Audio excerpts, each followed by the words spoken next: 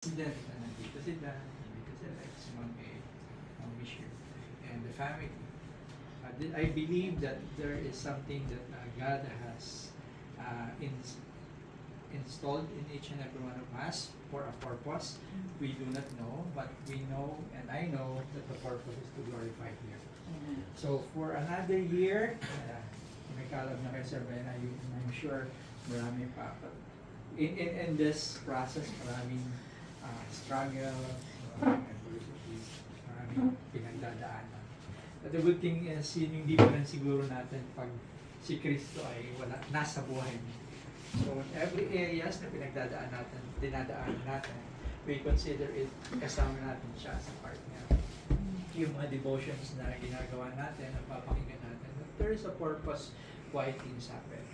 I believe that the reason kung bakit tayo ngayon is to really appreciate the things na binigay niya sa atin. As Sir Brian, as He provided for the company, alam natin ang galing sa kanya yung mga kliyente tayo na ating inaasikaso every now and then. I believe that there is a purpose. Sabi ko kay Sir Brian, kung sino man yung dumating na kliyente, ano man yung dumating na kliyente, God has put that in our plate para ating makita nila si Christ sa ating buhay.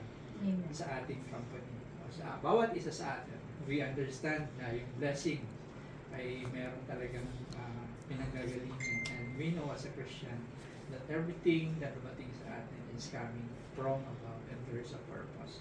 So the purpose, sometimes hindi natin alam, no, kung ano siya talaga, but in time, nire-reveal niya sa atin. So, yes, ang good thing is we have hope in Him. At alam natin kung ano man ito, God has something for us. Maybe the reason why these things happen ay meron siyang piniprepare sa atin, sa company, sa bawat isa sa atin. Also, I think we all have the reason to thank God. And not only that, siguro it's also not ibalik natin sa Panginoon yung prayer. Can we give Him a clap offering?